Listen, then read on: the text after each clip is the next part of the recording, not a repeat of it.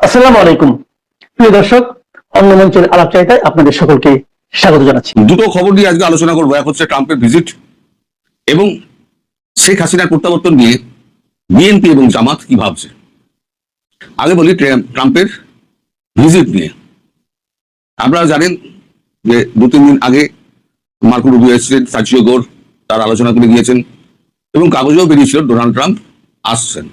হেডিংয়ে লেখা ছিল আসছেন, কিন্তু ভেতরে লেখা ছিল তিনি আসার ইচ্ছা প্রকাশ করেছেন। আজকে 72 ঘন্টা হয়ে গেল, ভারতের তরফে কিন্তু এখনো পর্যন্ত কোন রকম সাড়া শব্দ পাওয়া যায়নি।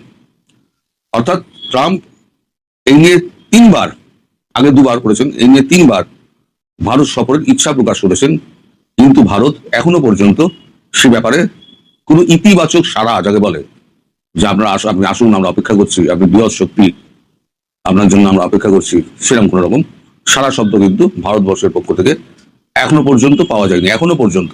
কাল পরশু কি হবে তা আমি বলতে পারবো না, এটা আমার পক্ষে জানা সম্ভব না। কিন্তু হাবভাব থেকে মনে হচ্ছে, ওই যে বলেছিলাম না, একবার বিশ্বাস ভঙ্গ হয়ে গেলে আবার বিশ্বাস তৈরি করতে অনেক সময় লাগে। মোদিজি ঘা খেয়েছেন, দগদগে ঘা, সেটা কিন্তু তাড়াতাড়ি উনি ভুলবেন না। কারণ উনি জানেন যে এইটা হচ্ছে আমার সফট কর্নার, এটাকে ক্যাশ করতে চাইছে আমেরিকা, তারপরে আবার নতুন করে খেলা শুরু করবে। মানে আবার সেই সেন্ট মার্টিন, তারপর আবার সেই আমরা আরাকান করিডোর, এগুলো নিয়ে আবার শুরু করে দেবেন। তখন যেহেতু ভারতবর্ষকে সাহায্য করেছে ভারতবর্ষের পক্ষে, তখন মানে বাধা দেওয়া এটা তখন মুশকিল হয়ে যেতে পারে। ফলে আমার মনে হয় কূটনৈতিক দিক দিয়ে ভারতবর্ষ একটু ভেবে চিনতে দেখছে যে কতটা জলে আমরা আছি, কতটা ডাঙায় আমরা আছি, অর্থাৎ কতটা বিশ্বাসযোগ্য মার্কিন যুক্তরাষ্ট্র এবং আমরা তাকে কতটা বিশ্বাস করতে পারি। এই টানাপোড়েনে এখন আলোচনা চলছে, কিন্তু তার কোনো মানে পজিটিভ খবর এখনো পর্যন্ত আমাদের কাছে নেই। ইতিমধ্যে যে 31 তারিখে মার্কো রুবিওর যে আসার কথা ছিল সেটি বাতিল হয়েছে, এরকম খবর একটা পাওয়া গেছে, সেটি বাতিল হয়েছে। তিনি এখানে আসছেন না, তিনি অন্য কোথাও একটা যাচ্ছেন। বিদেশ লেখা হয়েছে তিনি নর্থ আফ্রিকার ওদিকে কোথাও একটা যাবেন, ওখানে কিছু তার কাজ রয়েছে। ফলে যেহেতু আমার মনে হয় যে 3 দিনে কোনো রকম সারা শব্দ পাওয়া গেল না, তাই আর আগ বাড়িয়ে মার্কো রুবিওকে হয়তো ট্রাম্প পাঠাচ্ছেন না। এদিকে শেখ হাসিনা তো বোমাটি মেরে দিয়েছেন। বোমাটি মেরে দেওয়ার পর এখন সারা পৃথিবীতে সাড়া পড়ে গিয়েছে। শেখ হাসিনার কাছে 256টি কাগজ এবং তার যে ইলেকট্রনিক মিডিয়া যেগুলো আছে তার সমস্ত কপি এসে পৌঁছেছে। 256, অর্থাৎ 256টি কাগজে এই সমস্ত খবর টবর বেরিয়েছে। সারা পৃথিবী এখন ভাবছে যে এটা এখন কি করে সম্ভব। এখন বিএনপি কি ভাবছে, বিএনপি এবং জামাত কিন্তু ভীষণ রকম দোলা চলে, ভীষণ রকম। হ্যাঁ বললেও মুশকিল, না বললেও মুশকিল। কারণ ইতিমধ্যে ভারতের কাছে বারবার উনি প্রত্যর্পণ চেয়েছে বাংলাদেশ শেখ হাসিনার। সেক্ষেত্রে শেখ হাসিনা যদি ঢুকতে চান, ওরা যদি বারণ করে, তাহলে মুখ দেখাবার জায়গা থাকবে না। আর শেখ হাসিনা যদি ঢোকেন, তাহলে ঝটপট তাকে একেবারে ফাঁসিতে ঝুলিয়ে দেবেন আমাদের তারেক রহমান, সে সাহসও তার হবে না। কারণ সারা পৃথিবীকে উনি জানিয়ে দিয়েছেন, এখন সারা পৃথিবীর সঙ্গে লড়াই করে তারেক রহমানের মতো এবং বাংলাদেশের মতো একটি ছোট রাষ্ট্র, যার সঙ্গে বহির্বিশ্বের সম্পর্ক তেমন নেই, একমাত্র পাকিস্তান, তুর্কি আর চীন ছাড়া। কিন্তু চীনের কথাই বাদ দিচ্ছি, চীন কোনোভাবেই এর মধ্যে ঢুকবে না, কোনোভাবেই ঢুকবে না। কারণ চীন তার স্বার্থ আগে দেখে। চীন আমাদের সঙ্গে সমস্ত গোলমালগুলো, মানে সীমান্ত গোলমালগুলো মিটিয়ে নিয়েছে।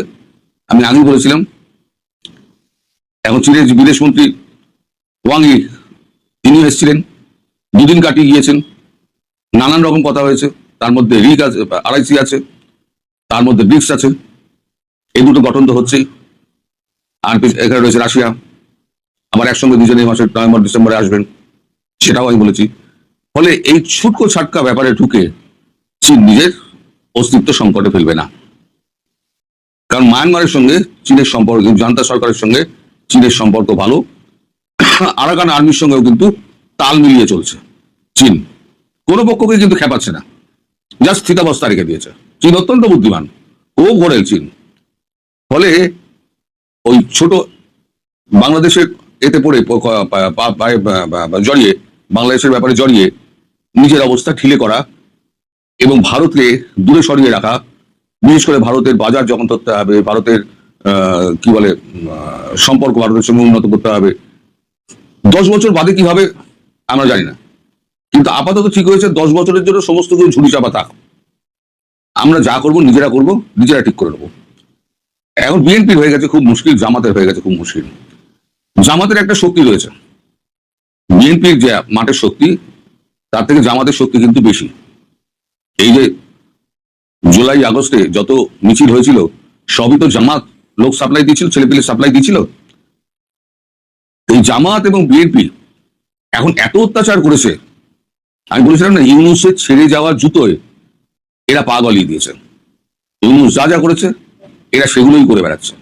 মাঝে মাঝে দুই একটা ঢপ টপ মারে ইউনূসের বিরুদ্ধে, সালাউদ্দিন সাহেব ঢপ মারেন, এই ব্যবস্থা নেওয়া হবে, ওই ব্যবস্থা নেওয়া হবে, আর আদতে কিছুই নেওয়া হবে না। মানে শিক্ষার এপিঠ আর শিক্ষার ওপিঠ কিছুই হবে না। ফলে এখন পুরোটা নির্ভর করছে আওয়ামী লীগের ওপর। আমরা জানি যে আঁচ করতে পারি যে যেদিনকে শেখ হাসিনা ঢুকবেন বলবেন সেদিনকে তার 3 দিন আগে থেকে সমস্ত কারফিউ জারি করে দেবেন। এখন হয়তো চিড়েমুড়ি নিয়ে সবাই হাঁটতে শুরু করলো, কত দূর এসে পৌঁছাবেন, পথে পথে যদি আটকে দেয়। তারপরে নানা রকম আশঙ্কা রয়েছে। আমাদের এর মধ্যে আওয়ামী লীগের মধ্যে কিছু গুপ্ত জামাত রয়েছে, সেগুলো আমি কমেন্ট দেখলেই বুঝতে পারি। তুই মরিস না কেন, হাসিনা কোনোদিনই ফিরবে না, তুই হাসিনার সঙ্গে আসিস, সব তুই করে। মানে সম্মান টম্মান দেখানো ছেড়ে দিন, তাদেরকে দেখলে বোঝা যায়, মানে কমেন্ট পড়লে বোঝা যায় যে এগুলো হচ্ছে গুপ্ত জামাত। চিন্তা হচ্ছে এই গুপ্ত জামাতকে নিয়ে। যখনই উনি বলবেন যে আমি অমুক জায়গা দিয়ে ঢুকবো অথবা ঢাকায় অমুক তারিখে আমি ট্রেনে করে নামবো, আওয়ামী লীগের লোকেরা জানবে। আওয়ামী লীগের লোকেরা জানলে পরে এই গুপ্ত জামাতরাও জানতে পারবে, গুপ্ত জামাতরা জামাতকে জানিয়ে দেবে, আর জামাত তখন থেকে সহিংসতা শুরু করে দেবে। এটা হচ্ছে একটা বড় চিন্তার ব্যাপার। সুতরাং বললাম, আমি গতকালকে বলেছি যে একটা স্রোত একদিকে যাচ্ছিল, উনি ঘোষণা করে আচমকা ঘোষণা করে দিয়ে পুরো উল্টো স্রোতে এখন ভাবতে হচ্ছে ভারতবর্ষকে। উল্টো স্রোতে ভাবনা ঠিক আছে, ভারতবর্ষ কিন্তু plan A, plan B, plan C এতে কিন্তু চলে, কখনো কিন্তু মানে একটা প্ল্যানের মধ্যে থাকে না। একটা প্ল্যান ফেল হতেই পারে, কিন্তু সেক্ষেত্রে দ্বিতীয় বা তৃতীয় প্ল্যান তারা কিন্তু কাজ করে দেয়। আর সেই প্ল্যানটা কি সেটা আমরা জানি না, আমরা সেগুলো পরে হয়তো জানতে পারবো। বারবার ফোন করে এই লোকটা, আমি মুশকিল, এই ব্লক করার ছাড়া উপায় থাকবে না। একজন মানুষ থাকে যে আমি বারবার কেটে দিচ্ছি, তা সত্ত্বেও বারবার ফোন করে যাবে, এত অবুঝ। তো যাই হোক, কি বলছিলাম ভুলিয়ে গেলাম। তো সেক্ষেত্রে ভারতবর্ষ শেখ হাসিনাকে বুদ্ধি দিয়েছেন যে আপনি আগে থেকে কিছু বলবেন না, ভারতবর্ষ নিজস্ব নিরাপত্তা বাহিনী দিয়ে আপনাকে ভেতরে পাঠিয়ে দেবে। সেটা কিভাবে হবে না হবে সেটা পরবর্তীকালে সিদ্ধান্ত হবে। অর্থাৎ শেখ হাসিনা বলেছেন উনি ফিরবেন, তো ফিরবেন এবছর, সেটা যেভাবেই হোক ফিরবেন। হয় ভারতবর্ষের নিরাপত্তা বাহিনী তাকে পৌঁছে দিয়ে আসবে, নয় এমন একটা ব্যবস্থা করা হবে যেখানে সেনাবাহিনী এসে তাকে নিয়ে যাবে এবং তার সুরক্ষার ব্যবস্থা করবে।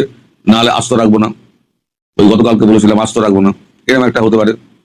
একটা বিভিন্ন অঙ্ক কষা হচ্ছে। তবে ডিসেম্বরের মধ্যে, হয়তো ডিসেম্বরের আগেই, আমার তো মনে হয়, আমি বলছিলাম 2 মাস, আমার তো মনে হয় আগস্টেই ধরে রেখে দিন, আগস্টের দিকে আমার মনে হয়, এখন মনে হচ্ছে। পরবর্তীকালে হয়তো আগস্ট সেপ্টেম্বর হতে পারে। এখন যা অবস্থা, যা শুনতে পাচ্ছি, যা বলতে পারবো না আমি, তাতে আমার মনে হয় আগস্টই হচ্ছে আপনাদের মুক্তির সময়। আপনাদের মুক্তি সূর্য আবার উঠবে। শেখ হাসিনা দেশে ফিরলে সবকিছু ঠান্ডা হয়ে যাবে, অর্ধেক লোক ভেঙে যাবে আর অর্ধেক লোক দেশ ছাড়া হয়ে যাবে।